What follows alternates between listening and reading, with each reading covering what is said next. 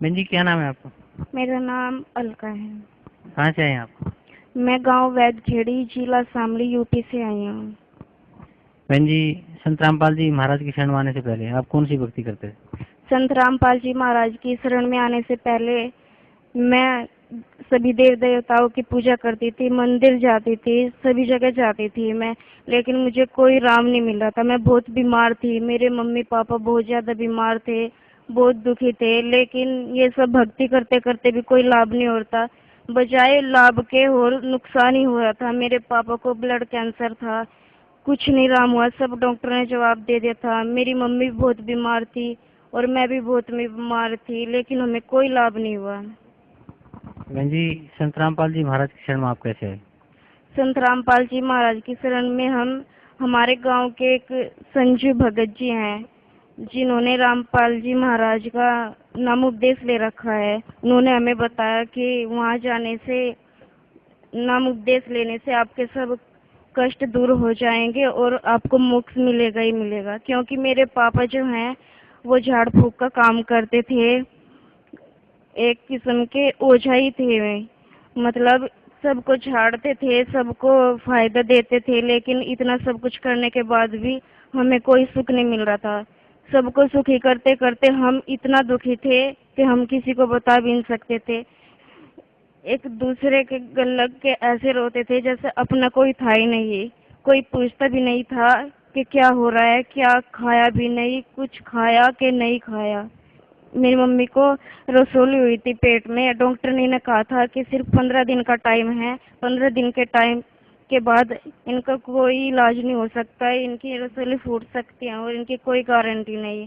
फिर हम यहाँ सतलोक आश्रम बरवाला में आए, गुरुजी से नाम उपदेश लिया। नाम उपदेश लेने के बाद ही 15 दिन के अंदर अंदर जो कहा था डॉक्टर ने, ऐसा कुछ नहीं हुआ, मेरी मम्मी ठीक हो गई। आज हमें नाम उपदेश लेने के 3 साल हो गए हमें। आज मेरी मम्मी बिल्कुल ठीक है, कोई दवाई नहीं खाई। मेरे पापा को ब्लड कैंसर था, मेरे पापा बिल्कुल ठीक हो गए। आज कोई भी परेशानी नहीं है। और मैं एक दिन स्कूल जा रही थी, ऐसे ही नाम जाप करते करते, पहला नाम मिला हुआ था, स्कूल जा रही थी। एक भैंस ने इतनी जोर की टक्कर मारी मुझे कि मुझे पता भी नहीं चला पल भर में क्या हो गया। मैं साइकिल से इतना जोर की गिरी, पुल पे से इतना जोर की गिरी कि शायद उस दिन मैं बच नहीं पाती। लेकिन मुझे ऐसा महसूस हुआ जैसे कि संत रामपाल जी महाराज ने मुझे अपनी गोद में उठा लिया। मुझे खरोंच तक नहीं आई। और मेरी जो मम्मी थी वो भी ठीक हो गई, मेरे पापा भी ठीक हो गए। आज हम परमात्मा की दया से बिल्कुल खुश हैं। बहन जी, भगत समाज को क्या संदेश देना चाहते हैं आप? मैं भक्त समाज को यही संदेश देना चाहूंगी कि सतलोक आश्रम बरवाला में आओ और संत रामपाल जी महाराज से नाम उपदेश लेने के बाद अपना कल्याण करवाओ। क्योंकि सतलोक आश्रम बरवाला में पूर्ण संत कबीर साहिब परमात्मा आए हुए हैं, जो संत रामपाल जी महाराज का चोला पहने हुए है। क्योंकि एक बार मुझे सपन दिखा था, जैसे मैं जा रही थी, नाम जाप करते हुए जा रही थी सतनाम का, तो एक कुतिया मरी हुई पड़ी थी, उसके 2 पिल्ले भी थे। वो बहुत भूख से रो रहे थे। मुझे देखा नहीं गया उन पिल्लों को। मैं उनको उठा करके घर लेकर आई, उनको दूध पिलाया, सब काम किया। वो पिल्ले देखते देखते मेरी आंखों के सामने ही 2 बच्चों का रूप ले लिया। मेरी आँख खुल गई। मैं सोची, ये परमात्मा आपने आज मुझे क्या दिखाया। मैं पूरे दिन ऐसे ही बीत गया, मैं रोती रही, मुझे कुछ समझ नहीं आया। फिर जब संध्या आरती का टाइम हुआ, मैंने जोत लगाई, संध्या आरती की। मैंने परमात्मा से अरदास की, हे परमात्मा इसके पीछे क्या राज है, मुझे एक बार फिर दर्शन दे के बताओ परमात्मा, इसके पीछे क्या राज है। फिर अगले दिन परमात्मा सौपन में आए, कहा बेटी, जैसे ही सौपन में आए तो मुझे 2 फल दिए और ये जो पाठ प्रसाद मिलता है ये दिया। और जैसे इनको लेकर बेड पर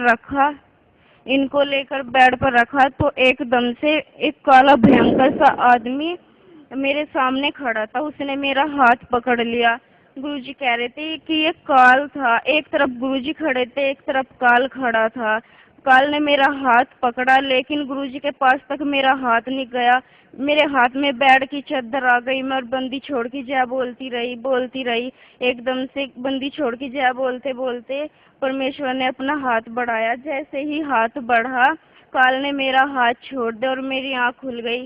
फिर अगले दिन फिर ऐसा ही हुआ। मैंने फिर परमात्मा से अरदास लगाई तो परमात्मा ने कहा आकर कि बेटी 600 साल पहले तू एक सत्या नाम की डॉक्टरनी थी, तेरे कोई औलाद नहीं थी, लेकिन तू मेरी शरण में आई थी।